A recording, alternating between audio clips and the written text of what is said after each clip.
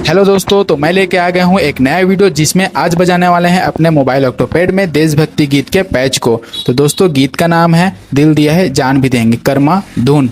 तो दोस्तों चलो चलते हैं अपने मोबाइल स्क्रीन में और बजाते हैं इस गीत के पैच को।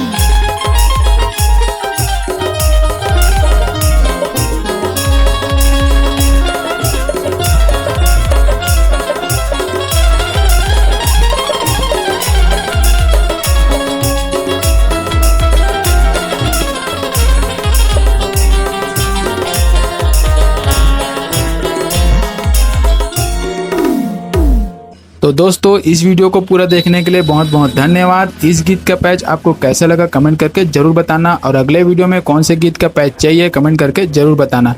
तो मिलते हैं आपसे अगले वीडियो में।